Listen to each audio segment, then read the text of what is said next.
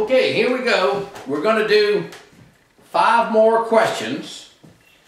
We have done questions 6 through 10 already.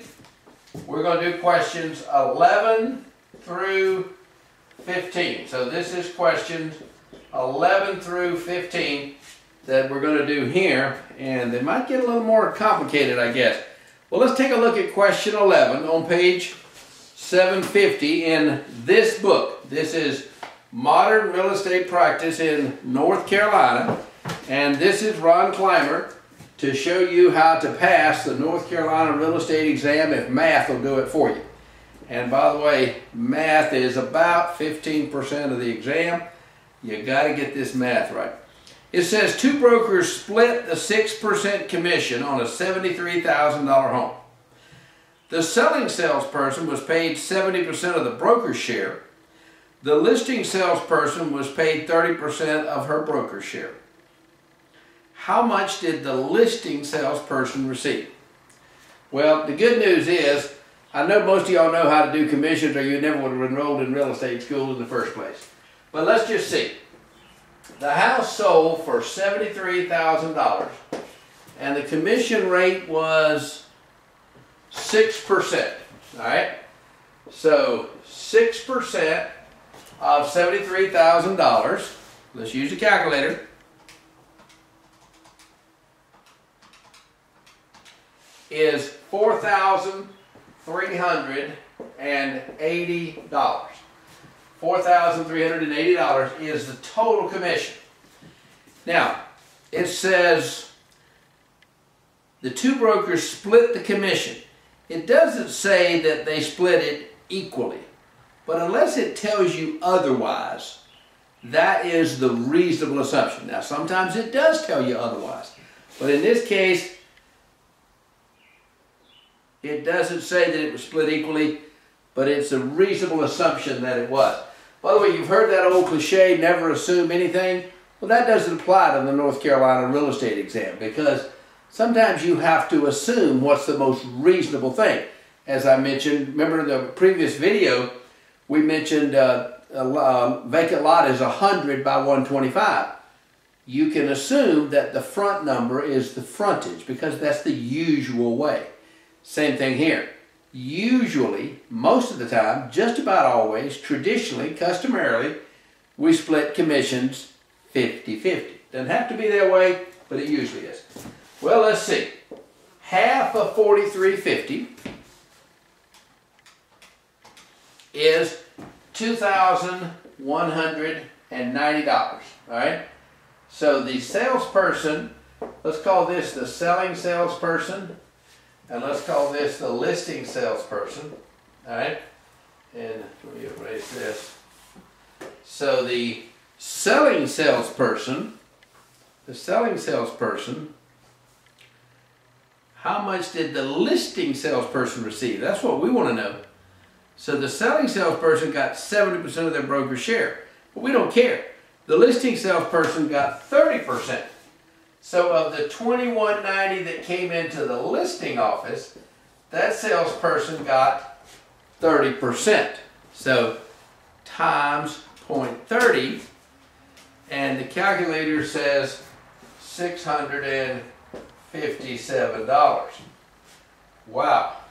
Don't be working for anybody that offers you 30%, folks. They don't really want you there anyway. By the way, if you're working for a company that's not paying you 70%, call me, 828-440-1064. You need to come work for the company I'm working for, because, man, we pay everybody 70%. Which is, see, this guy over here, now this is not on the question. This is not the question. But he would have got 70% of the $2,190. And so let's see, 2190 times 0.70, he would have earned 1533. So, but that's not what the question asks. The question says, how much would the listing salesperson get? And the question is $600, and the answer is $657. Number 12, find the number of square feet in a lot with a frontage of 75 feet 6 inches and a depth of 140 feet 9 inches. Holy moly. Once again, maybe a little overkill, but you never know. And so, let's see. You know, by the way, here's another thing. We assume people know things like there's 12 inches in a foot. However, if you just moved here from Europe, you might not know what a foot is. So you need to know that. But there are 12 inches in a foot. So if you have a 6 inch and 12 inches, so that lot is how many feet? It's 75.5 feet, because 6 inches is 0.5 of a foot. And that lot is 140.9 inches. 9 inches over 12 inches is 0.75. So that lot is 140.75 feet. Everybody follow me there? So let's see what the calculator says. 75.5 times 140.75. My calculator says 10,626.62. Is that choice number A, 63?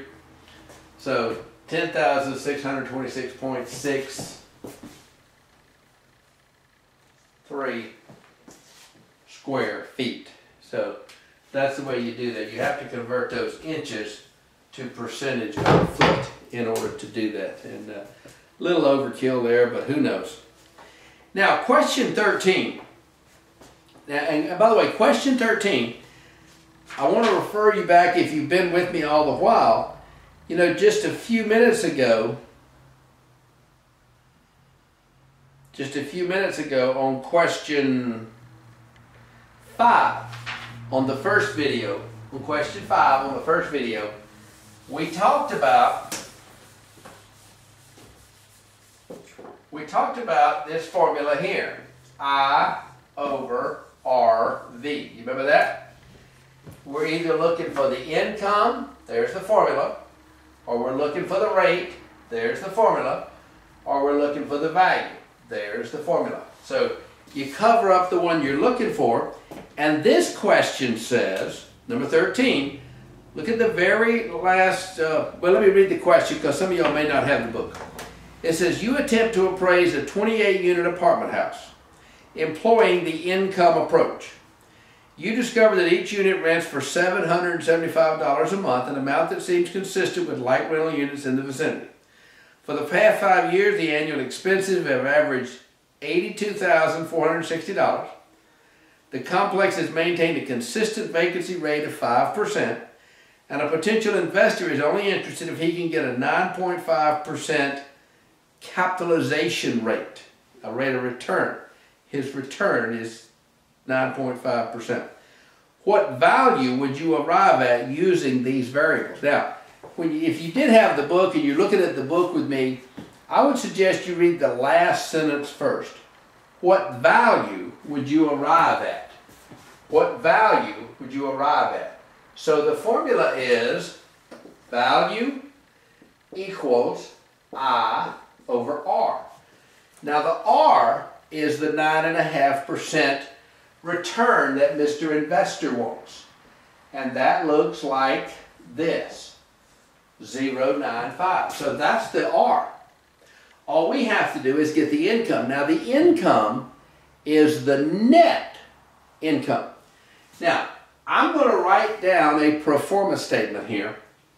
And I've got this on other videos online here.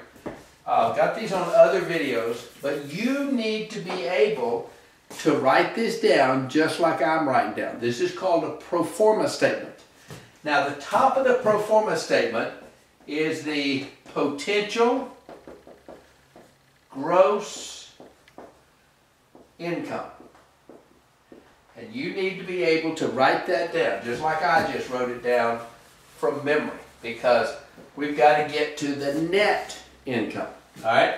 Potential gross income minus vacancy and collection. Vacancy and collection is, we know that there's people going to skip out in the middle of the night and not pay the rent. We know that there's people that just empty, people move out, places that's empty for 2 months. So we know that happens. So if we subtract vacancy and collection from potential gross income, it gives us what we call effective gross income. And you need to be able to write this down just like I'm writing it down. All right? Now, effective gross income minus expenses equals net operating income. And on the exam, you might see net operating income called net operating income. You might see it called NOI, or you might just see it called the net income. But you need to be able to write this down. Now this number goes here. The net income, not the potential gross income, not the effective gross income, but the net income. And so that's the number that goes in the formula. All right, let's see how we're doing. We got 28 units, and they rent for how much? $775 a month. So the monthly income is $21,700 times 12 months. Times 12 months, because this is a annual pro forma statement. So this is $260,400 is the potential gross income of that property. But it tells us in the question, it traditionally runs 5% vacant. All right? That number times 5%, $13,020. So that's $13,020 that we all know is never coming in the front door. Nobody's ever going to see that money. It's just a dream. It's just something we wish we had, but we don't. So we're going to subtract the vacancy and collection from the potential gross income. All right? Let me go back. $260,400 minus $13,020. Oops. $260,400. $260,400 minus $13,020. My calculator says, and let me erase this. My calculator says 247,380. So this property has an effective gross income of $247,380 if it runs 95% full, which traditionally we think it will. But we have expenses. Anytime you own property, you have taxes, you have maintenance, you have management fee to the realtor. And in our case here, our expenses are $82,460. We know that's true because it says so in the test question. All right, so we got $82,460 being paid out. So we got $247,380 minus $82,460. So this property has a net income of $164,920. Just a little common sense question for you. Which one of these numbers do you think is the most important? The net income. The net income is what's important. And that's the number that goes up here. That's the number that goes here. $164,920. That's the number we care about. So Mr. Investor says, I'll buy this property for a rate of return that'll give me a 9.5% rate of return. So we take the 164,920 divided by 0.095, and the calculator says 1,736,000. So if you bought this property for $1,736,000, you would get a 9.5% return, which would be $164,000 a year. I hope that's one of the answers here. And yes, it is. It's choice number C. It's choice number C. You need to be able to write this down. You need to be able to write this down. And you need to remember I over RV. I over RV. You know, 100 years ago when I went to real estate school to get my license when I was a young man, the instructor told us to think of yourself, I, standing on top of a motorhome, RV. And every time I write that down, a friend of mine had an old green Banner motorhome at the time, and I see myself standing on top of that motorhome. Anyway, you need to be able to write this down. Value equals I over R. Read the last sentence first, and it'll tell you the formula. What's the value? What's the value? I'm going to erase this. I hope you're through with it. Maybe I should leave it there a minute and talk to you about www.northcarolinaexamreview.com. Go there and take my practice test. Take my practice test and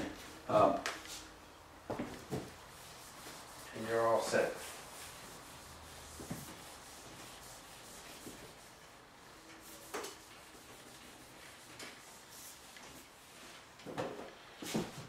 Okay, where are we at? Chapter 14, question 14. How much interest will the seller owe the buyer for a closing date of August 10th if the outstanding loan balance is $43,580? All right, that's the loan balance. The interest rate on the assumable loan is 10.5%, which looks like that. We moved the decimal over 2 places. All right. So, and the last payment was made on August 1st. Prorations are to be done through the day of closing using the statutory year.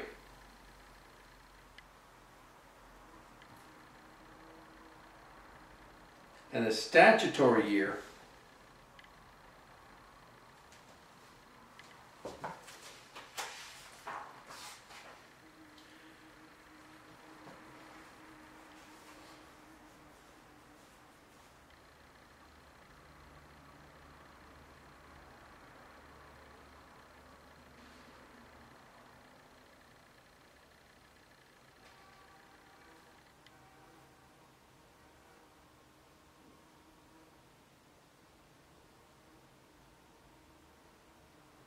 and the statutory year, I had to check myself there, the statutory year is what I told you, the 12 months, 30 days. 12 months, 30 days. So as soon as there's 12 months and there's 30 days.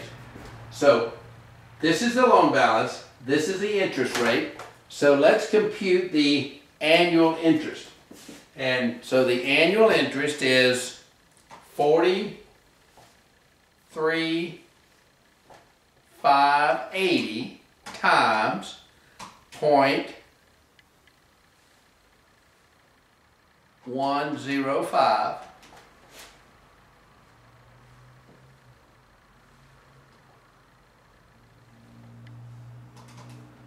43,580 times 0.105 is $4,575 So this person's going to pay $4,575.90 interest in 1 year. Well, let's divide that by 12 months. Let's divide that by 12 and figure out what 1 month's interest is. And 1 month's interest is $381. It's $381.33.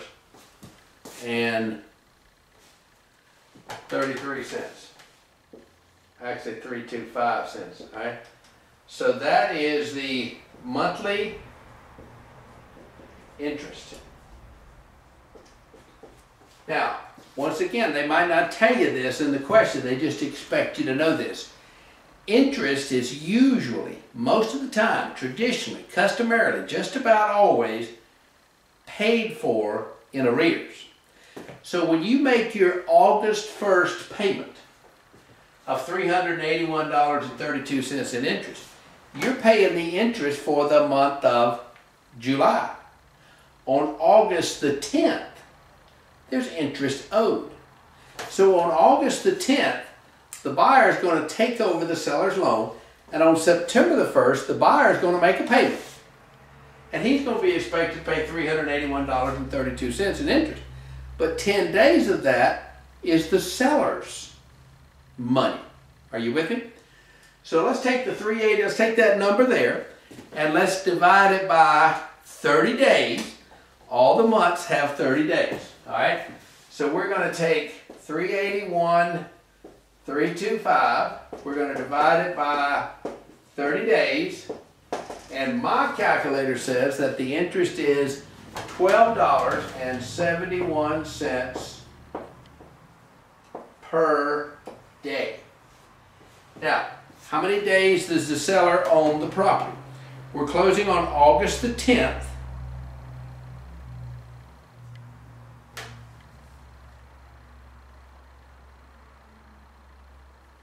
And it's done through the day of closing. That is, the seller owns the property on the 10th and owes the interest on the 10th. So this number times 10 days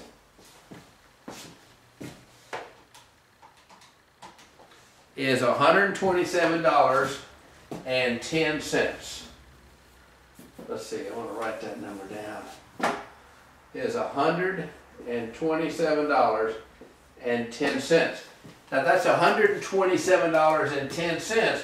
Now, let me remind you, somebody is going to be frowning about that, and somebody is going to be smiling about that. All right? The one that's frowning is a debit, and the one that's smiling is a credit. So who's going to be frowning about that money? The seller. The seller's turning that money over to the buyer. It's $127.10 that the seller owes to the buyer. So it's a debit to the seller, credit to the buyer. Debit to the seller, credit to the buyer. And that is prorated interest on an assumable property with an existing loan that existed. I don't quite know why you'd want to assume a loan at 10.5%, but who knows? It says in the state exam that you're going to. That's the reason. All right, that's question 14. And let's take a look at question 15. Buyers agreed to pay $175,000 in sales price, 2.5% loan discount points, and a 1% origination fee. If the buyer gets a 90% loan to value, how much will the buyer owe at closing for points and the origination fee? Whew. All right. Let's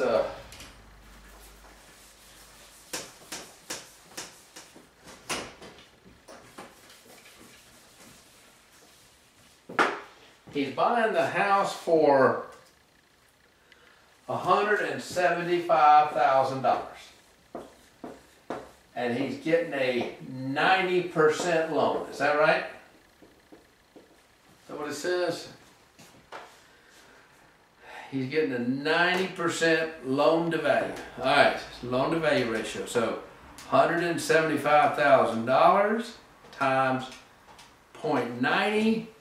So he's getting a $157,500 loan amount. Everybody understand where that number came from? This is the loan amount, $157,500, and he's paying 2.5 loan discount points. Now, discount points is percent. So this number here times 2.5%. Now, how did I say in the previous video, how do we turn this into a decimal? We move it 2 places over. So 2.5% looks like that. 157,500 times 0.025 is $3,937.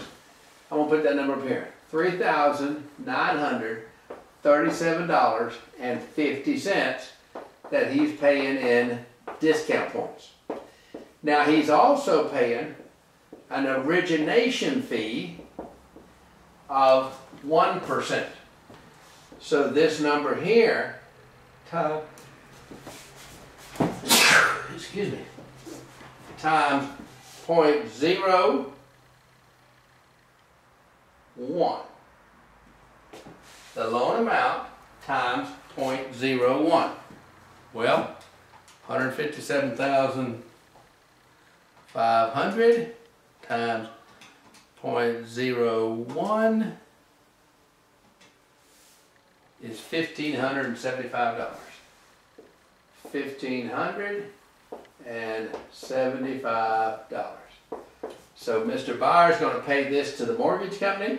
We're going to add those together. That's a 5. That's an 11.